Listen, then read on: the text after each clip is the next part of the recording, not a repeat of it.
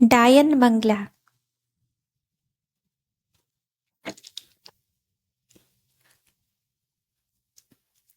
मुरली ने गुस्से से मंगला से पूछा, सुना है तेरा बापू तेरा ब्याह रचाने की तैयारी में है।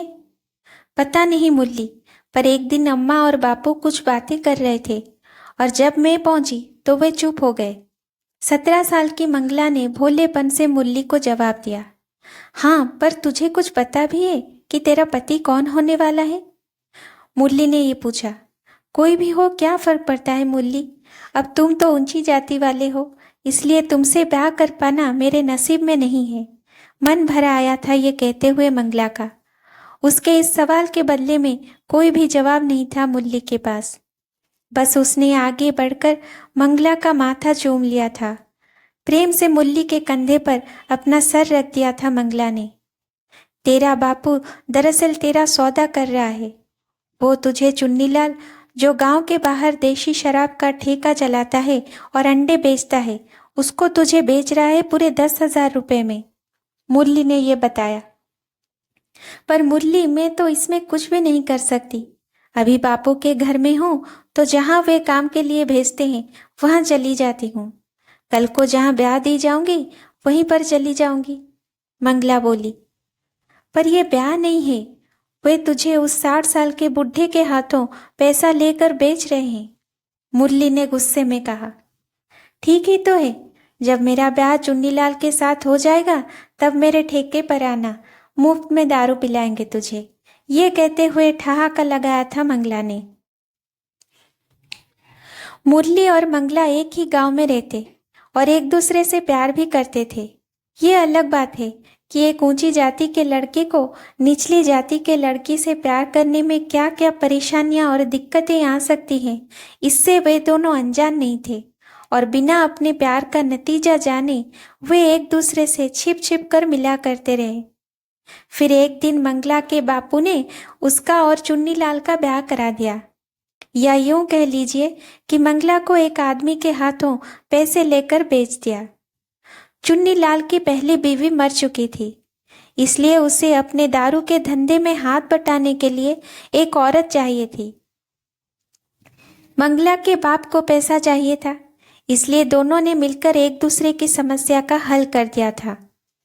अपनी शादी के दिन गांव के एक हिस्से से गांव के ही दूसरे घर में पहुंच गई थी मंगला।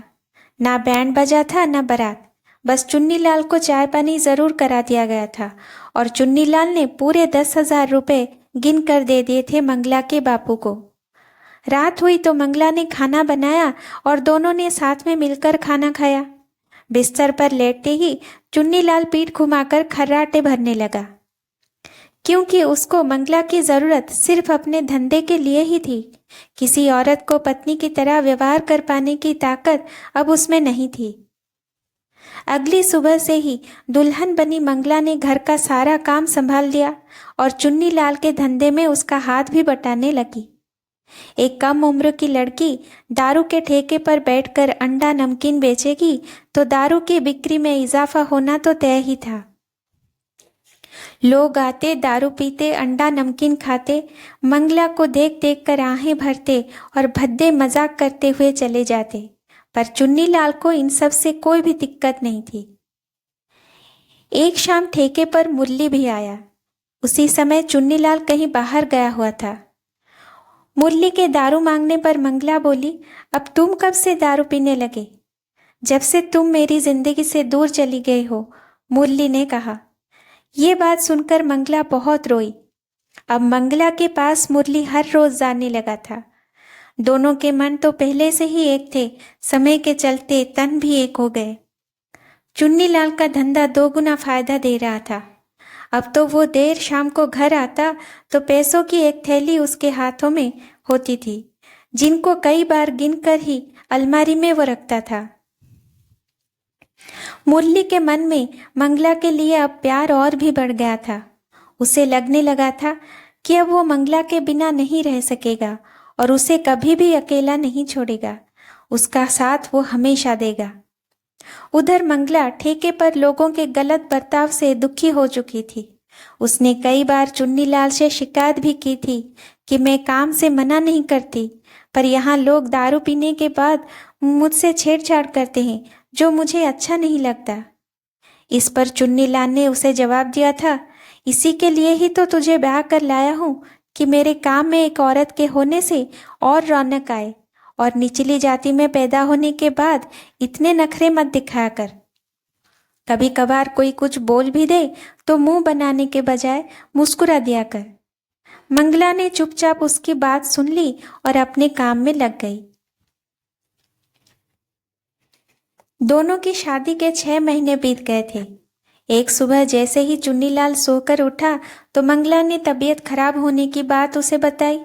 पहले तो चुन्नीलाल ने ऐसे ही टालने की कोशिश की, पर जब मंगला को उल्टियां होने लगी तो वो उसे गांव के अस्पताल में ले गया।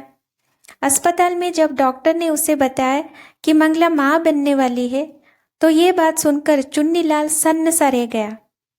ये बच्चा किसका है? घर आते समय चुन्नीलाल बार बार मंगला से पूछे जा रहा था।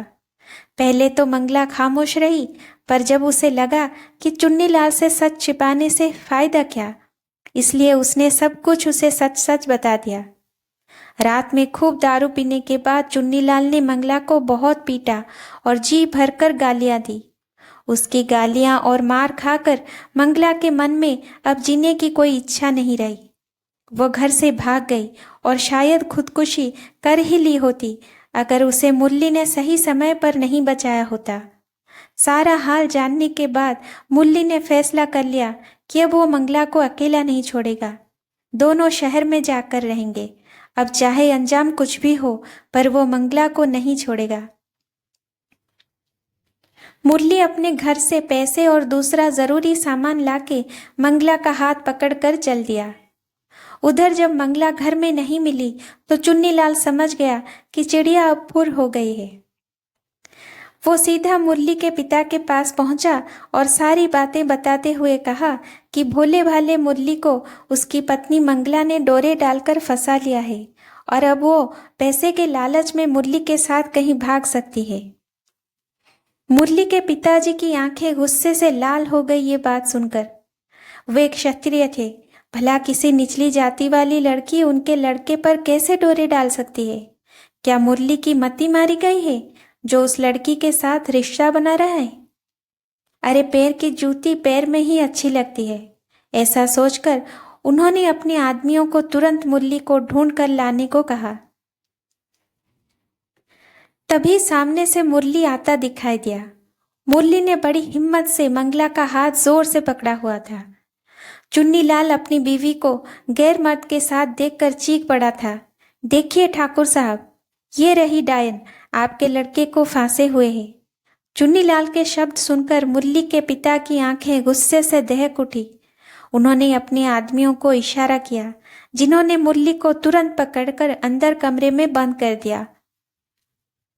मुरली ने छूटने की बहुत ही कोशिश की, पर उन मुस्टंडों की ताकतों के आगे वो अकेला था और छूट नहीं पाया।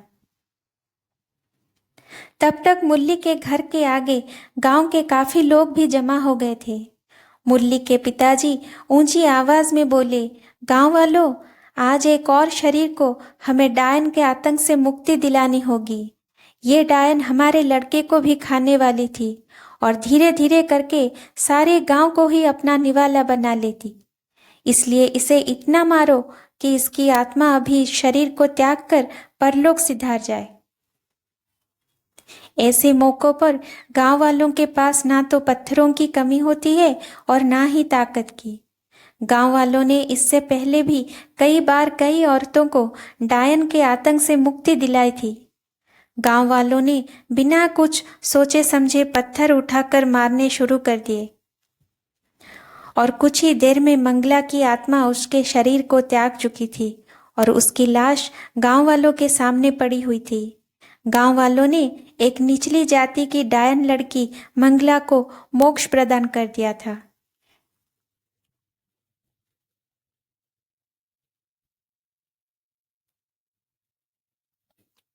Thank you for watching. Please like, share and subscribe my channel.